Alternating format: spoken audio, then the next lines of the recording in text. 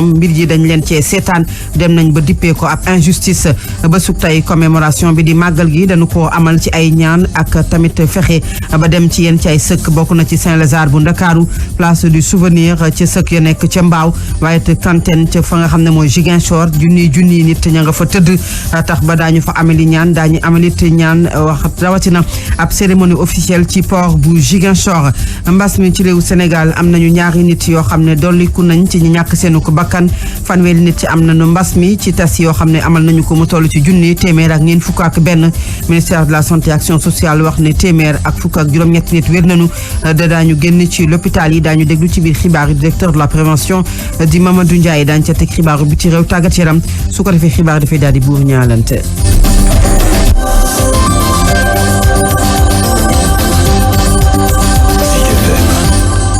Fatou Abdou Ndiaye Fall ci kaddu gi Cheikh Anta Gueye ci xibaar yi nu ñu nañ leen di leen wax daleen ak jàmm ci biir xibaar yi fukki fan ak juróom-ñett suux ko bateau le Joola injustice la ñu nameeku ñoom ñi nga xam ne ñoom ñoo ci lorule ñu gis ne nag tragédie bi nga xam ne moo gën a mag ci àdduna wërngal këpp ba mu amee ak léegi mi ngi bëgg a defub diir waaye boobu ba tey la ñu bëggoon gisuñu ko tey nag daanu amalik ñaan ci ay bërëb yu bari waaye ñoom ba tey ña ngay jàmbat bokk na ca bateau bi nga xam ne mi ngi ci biir ndox mi ba tey dossier judiciaire yoo xam ne dañu ko classé sans suite maanaam amul njeexital bëgg nañu te bateau bi ñu génnee ko ak mémorial boo xam ne boobu ba tey ñu ngi koy xaar te gisuñu ko condition yëpp tax nag fukki at ak juróom-ñett mën ñoo def seenub dëcc dañu ci ànd ak jàngatu Abdourahmane Diallo. fukk ak juróom-ñetti at ginnaaw bu bateau le Joola suuxee amul lenn li nga xamante ne bougé na ci dossier judiciaire ba li gën a yéeme mooy amul benn acte concret bi nga xamante ne amal nañu ko ngir fexe ba famille victime ya daal di dëjal seeni mbokk ci guddi 25 jëm 26 septembre ci atum 2002 bateau le Joola daal di suuf ci waafuy Gambie depuis boobee nag famille bu victime ya daal di enclenché ay démarches judiciaires nationales ak it internationales yu bëri lool waaye daanaka yooyu les combats judiciaires ñoom it dañoo suux ci biir ay promesses yu jógee ci nguuru Sénégal lu jege ci ñaari junni ci ay doomi aadama yi nga xamante ne ñàkk nañu seen bakkan ay défaillance yu moteur yi nga xamante ne seetlu nañu ko ak it ab surcharge bu jéggi dayoo lool lii yëpp nag nekk ay délits nga xamante ne na fang ak ay crimes yu ñu mënta tudd waaye lépp nag ñu jàpp ne amul benn responsable ci mbir mi du commandant bu port bi du it commandant bu bateau ki nga xamante ne des na ci biir géej bi du ministre des transports waaye it doonut ki fi nekkoon premier ministre ci nguuru Sénégal dossier bi ñu classé ko sans suite fukk ak juróom-ñetti at ci ginnaaw mën nañu déclarer sans ñu tromper wu ni justice bi daal na jot âge de la majorité Abdourahmane Diallo doon jokkoo ak yéen ca Ziguinchor ngir Zik FM. Abdourahmane Diallo ca Ziguinchor fu mel ne Kantène nga xam ne ay junni nit ña nga fa tëdd li ko waral mooy ca bateau le Joola moom la ñu daal di jógee ca suux wa loola nag tax ba dañu fa amaluk ñaan ba suk tey teg nañ ca it cérémonie officielle bu ñuy amal ca port bu Ziguinchor daañu it décoré ñu bari ñoo xam ne def nañuy jéego di jàppale njabootu ñi nga xam ne ñoo loru ci li nga xam ne moom mooy bateau le Joola lu jëm fii ci Ndakaaru ci cimetière Saint-Lazare dañu fa amaluk ñaan teg ci place du souvenir ak sëk ya nekk ca Mbaaw wax ne kenn ku te fa nga nekk bu la fa mi di fekkee na nga def ab benn waxtu wala benn simili boo xam ne doo yëkkati sab kàddu teg ci it ñaanal ñi nga xam ne ñoom ñooy way daw làqu yi nga xam ne bateau le Joola ci la ñu suuxee sunu xel yëpp dem ci ñooñu nga xam ne ñoo ci laru ak seen i njaboot ñu wax ba tey ci suuxu bateau le Joola jàngat la wala doon ci doomu Sénégal yi seen i comportement lu lu mel Ali Khoudia Diaw moom moo ko daal di xamle di ab sociologue sénégalais nag la mu gis rek mooy yenn saa yi dañuy jiital seenub intérêt bàyyi intérêt ñëpp ñi nga xamante ne ñoom ñoo ca war a tënku li ko waral mooy ñi jàngul danoo xaw a takku ba tax na nag loolu la ñu ca nemmeeku Ali Khoudia Diaw ci micro bu Safiatou Ba Ndiaye. Ce qui caractérise particulièrement sénégalais boo gis tey booy xool li ko gën a fësal li ko gën a jàmpal ay mbiru boppam li ñuy wax intérêt personnel bu dara gisul lu may intérêt général intérêt collectif n'est-ce pas ñoom ñëpp ñu reculer dafa mel ne daal sénégalais boo xoolee bateau le Joola c'était un bien public loo xam ne dañ ko waroon a préserver mais comme kenn moomu ko du propriété kenn presque propriété état la dañ ko doon utiliser nu leen neexee non seulement am na laxisme bu fi nekk fekkoon ne ku wàcc yoon ñu teg la ci yoon affaire yi dana changer mais Sénégal dafa mel ne kenn dabootul yoon pare nag aussi jànguñ ci dara parce que Sénégal niveau d'analphabétisme bi dafa élevé.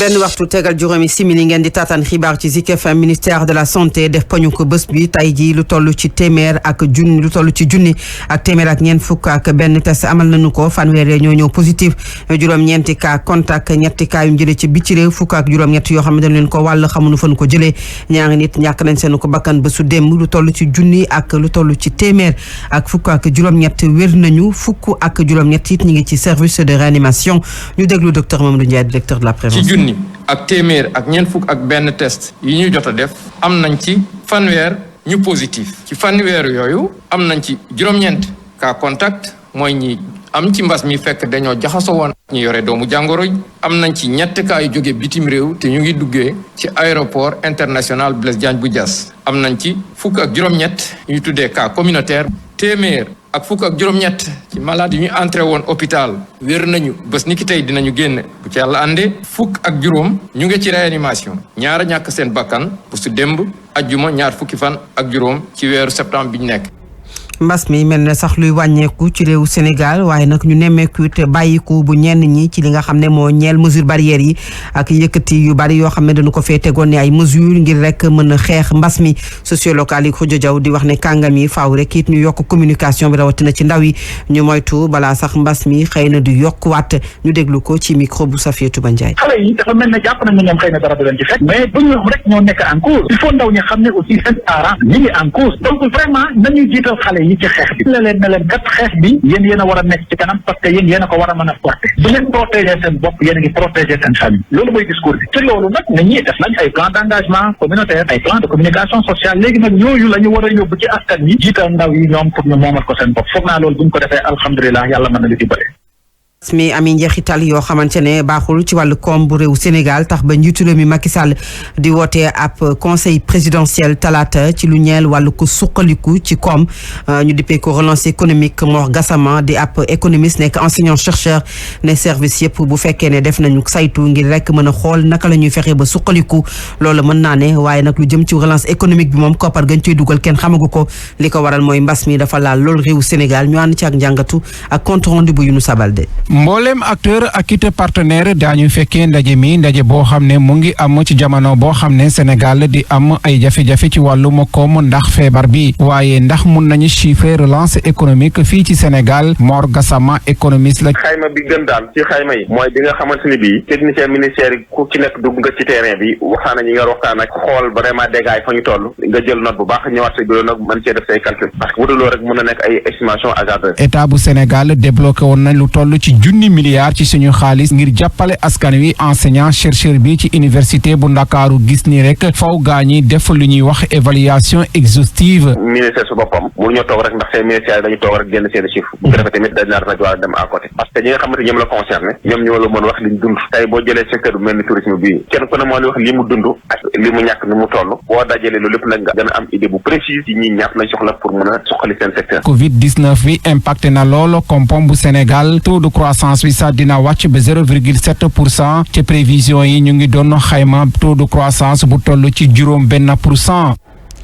Younouss Sabalde ñu wax ci mbënd mi ak délégué de quartier yi nga xam ne ñi loru ci mbënd mi dañuy faral di ñaan ndimbal ca ñoom am nañu jafe-jafe nag ngir mën leen a jàppale bokk na ca sax recensement bi dañ ca amuk jafe-jafe ndax amuñuy matuwaay ku jumtuwaay yu mën a tax ñu def ko ñu ànd ci ak reportage bu Tidiane Diallo. inondation yi daal sonal na délégué de quartier yu bëri ndax fu ñu toll nii sollicitation yi bëri na te amuñu moyen ñoom sax ñu ngi woo kilifa yi nañu accélérer engagement yi ñu jël El Hadj Samba Sall. donc maintenant il faut maintenant accélérer parce que dégg naa des na léegi le deuxième plan bi ak troisième plan bi ñu ko exécuté ndoo dans les 2 ans CRES xëy na bu boobaa lu ñu am ren. ñi inondation yi sonal recensé leen jafe-jafe la ci délégué de quartier yi ndaxte ñoom dañoo bëri te mënuñu saafara seen problème yi yëpp. man ñëpp nag mënuñu amandoo ça il faut le dire parce que lu doyul ñëpp mënuñu ko am mais nag ñi ko am waxuñu dara mais ñi ko amul nag il faut nga dégg seen baat kooku tamit séddale moo mel noonu surtout buñ la joxee li ngay séddale matul ñëpp. ku jiital chef de quartier yi nekk Sénégal moom dafa jàpp ne plan Orsec mun na saafara jafe-jafe sinistré yi. ca Sédhiou jigéen ñay bay ceeb dañoo am jafe-jafe yoo xamante ne nag bokk na ci wàllu environnement ba ak la mu leen jural tax ba lu ñeel wàllu ko mbay mi moom la ñu ca bëgg rek mooy nu ñu fexee ba gën a mën a suqaliku dañuy dem ba Sédhiou fekk fa Ibrahima Diallo. jege bu dexu Casamance jege faro yi ak daggum garab yu wor tool yi bu fa lëmbee bokk na ci lu waral suuf si ak xorom si di nangu faro yi jafe-jafe yu ni mel la jigéen yu Sédhiou yuy bay ceeb ci faro yu Samiron ak Bakum di jànkonteel madame Khadimane Tunkara ancienne députée nekk tam présidente régionale fédération des associations féminines du Sénégal moo ci addu. %, mooy vallée bi boo xam ne mënuñu koo liggéey parce que suuf saa ko jëli. monsieur Diallo ñun xorom bi sonal nañ tul xorom si jël na ko yëpp. gàllankoor yi lee aju ci coppite yu ñu nemmeeku ci jaww ji tax na at bu nekk ci ndortal nawet bi ci diwaanu Sédhiou jigéen yi di lal ay pexe ci xeex suuf ak xorom yuy faral di nangu tool yi madame Khadimane Tunkara moo fasal seeni taxawaay. kii def ay craintin ay xeer soo xam ne suuf si su ñëwee craintin yooyu ak xeer yooyu ñooy baaree suuf si après ndox bi di génn di def ci semence précoce yi semence jiw yoo xam ne dañu gaaw balaa nag yi di jóg yu mel ne rock 5 ak waar 1. pour jigéenu Sédhiou yi le war na nekkal décideurs yi occasion pour gën a farlu gunge leen ci réhabilitation ay vallées ci ay financement ngir ñu mën a demal seeni bopp. Sédhiou Ibrahima Diallo Zik FM. Ibrahima Diallo xibaar yi pàcc bu njëkk bi jeex na ñaareelu pàcc bi biti réew la tàggat yaram ñu bi xëtu biti réew. xibaaru bitim réew. dañu koy dooree ca Côte d'Ivoire fanweeri fan ak juróom-benn moo des ñu dugg ci élection présidentielle co africaine bi xeex ak yële fi doomu aadama dugg na ci débat bi ñeel ka nga xam ne moo fa nekkoonum njiitu réew Laurent Gbagbo ñu neenal ab candidature am ca conseil constitutionnel fukki fan ak ñeent ci weeru sàttumbar cour bi nag nee na faaw rek ñu daal di neenal la nga xamante ne moo tukkee ci daan yeen ko daanoon ci wàllu justice bu Côte d'Ivoire jëm ci rek mbiri BCEAO te dugalaat ko ci liste électorale yi ab cong goo xam ne dañu ko defoon Charlie Hebdo juróomi nit teg nañu leen ca loxo ña nga juddu ci diggante atu 1983 atu 1996 fi mu toll nii nag na nga leen téye fa nga xamante ne moom mooy ca tuatekat ba bu nu sukkandikoo ci xibaar bi tukkee ci agence France Presse mi wax ne ñoom la ñu leen toppee mooy xeex wàllug terrorisme ba tax nag enquête bi kon ñu daat leen cay teg loxo ña nga leen tegee loxo ñoom ñooña ca Patin ginnaaw ba ñuy def ab perquisition ci këru kenn ku ñu jàppoon ne ab suspect la ci xayma nañu jàpp ne juróom-ñaari nit kon teg nañu leen loxo ba nëbb leen jant bi foofu ci réew France ndax dañoo laalee nga ñu defoon ci Charlie Hebdo kon xibaar yi tàggat yaram yi jeex na ñu bi ci réew jeex na tàggat yaram la ñuy ubbi xët wi.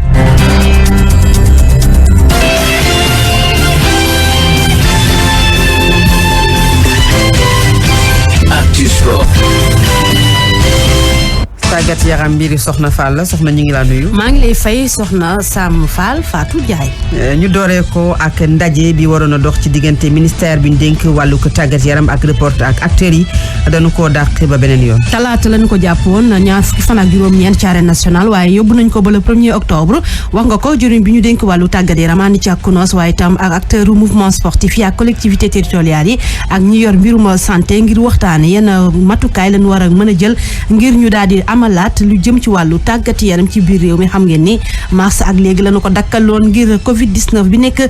lëmbee biir àdduna bi yëpp waaye xam nañu ne fekk saa rek mën na noo dooraat li jëm ci wàllu compétition yi. Casa Sport dafa sumb ci ab formation. dirigeant yi ñoo ko daal di xam leen ni bëgg nañoo daal di sóobu bu baax a baax ci lu jëm ci formation bi ab siège sax ñu ne ñu ngi koy daal di amal ngir xale yi di fa mën a tàggatoo mu di projet boo xam ne dina leen permettre ñu amaat mën a xool yeneen ndaw yu xarañ ci jëm ci wàllu tàggat yaram googee ñuy def di football kii di rek njiitu la ligue bi di Irama Djiba wax ay ambition ngir développer tàggat yaram foofee ca Ziguinchor ñu teewlu Irama Djiba. Casa Sport bu Ziguinchor jamono ji mu ngi tabax benn centre de formation ci centre boobu dañ fay dajale ay xale yu am juróom-ñetti at fa la ñu nar a nekk nag ba ñu atteindre âge junior ak it senior loolu yi nag la Casa Sport di def jamono ji ndax bu ñu amul centre de formation du ñu mën a assurer tàggatu xale yi te ñëpp xam nañu ni rek football dañ ko war a jàng bi nga nekkee xale ba nga amee 6 ans jàpp 7 ans wala bokk 8 ans comme ni ñu jàngee ci école yi su boobaa centre bi dina mel ni école dina am étude waaye tamit dina am sport. ñuy des ci wàllu tàggat yaram dem ci Liverpool Sadio Mané mi ngi ci top 20 meilleurs buteurs yi nekk ci histoire bu club bi. ki nekkoon ballon d'or africain ñëw ci Liverpool atum 2016 Sadio Mané bokk ci ñi dàq dugal bi ci histoire club boobu ñu fàttali rek ne dimanche bi ñu génn dugal na ñaari but seen diggante ak Chelsea la doon loolee daal di koy permettre mu dugg ci cercle fermé Red Sea mu daal di am 5 saisons Mané daal di def rek yoonu mucc ay foofee ca Liverpool ñu mën a jàpp